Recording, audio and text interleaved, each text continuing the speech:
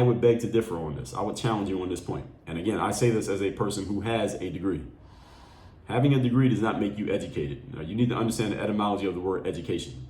Word education comes from the Latin word, which is educate comes from the word that's about to bring out from within. That's what it means. The Latin root of the word education meant to bring out from within. In other words, you help enlighten people by providing them insights, not providing them information. Insight is about helping people ask the right question, not about giving them the right answer or giving them information.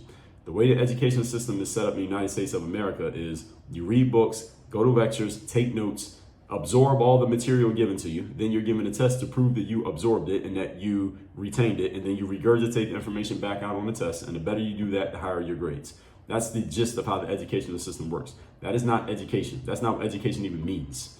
That's indoctrination and proven retention. That's what it is. The way to succeed in school in America is you get indoctrinated and then you prove that you retained enough of the information to give it back to me on the test. That's all it is.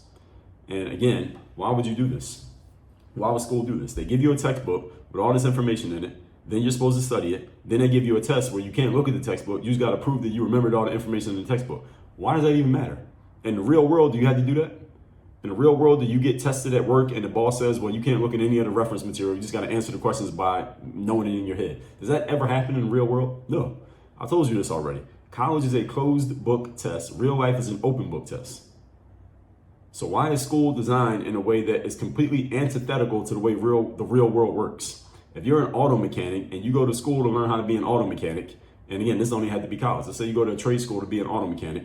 Maybe you had to pass some tests along the way, but the biggest test you had to pass is actually getting under the car and fixing some shit, right? And then when you go open up your own auto body shop and something's wrong with somebody brings in a Volkswagen and needs to be fixed, does the customer say, hey, you got to prove that you know it without looking at the manual?